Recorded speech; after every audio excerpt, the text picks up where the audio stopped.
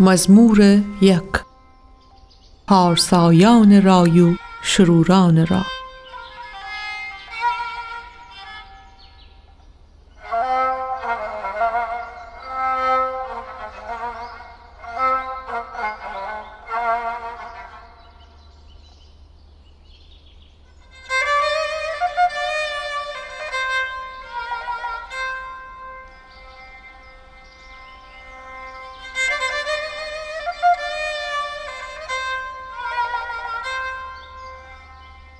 خوشا به حال کسی که شروران مشورت درون قدم اون سنه و گناهکاران را میان نیسه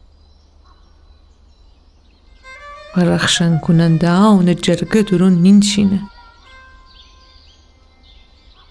بلکه اون دیل میل خداوند آیین درون ببه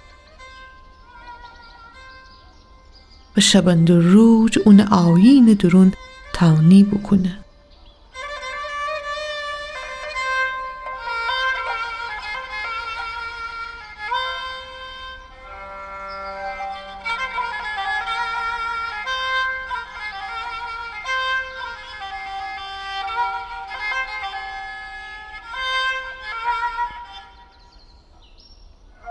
اون دار یمنه بینیشته جبار کنار سر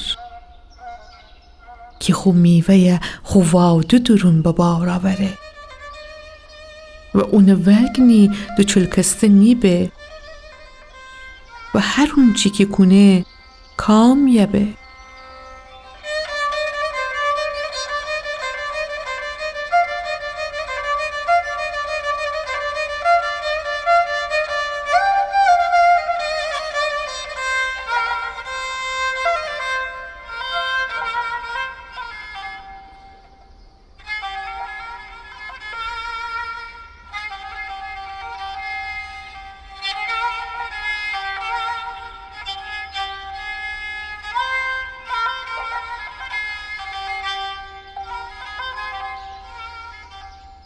اما اتو نیدی شروران،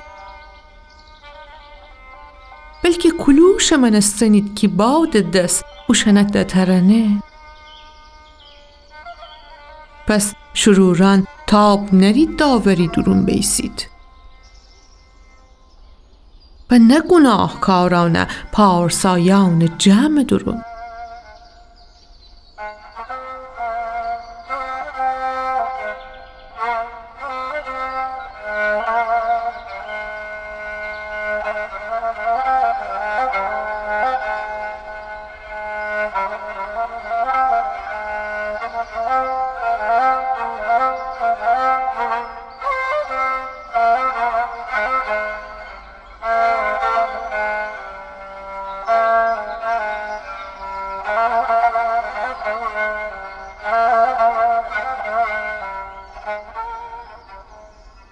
چون که خداوند پارسایان رای پیه، اما شروران را سر به نیستی مرا آخر گیره.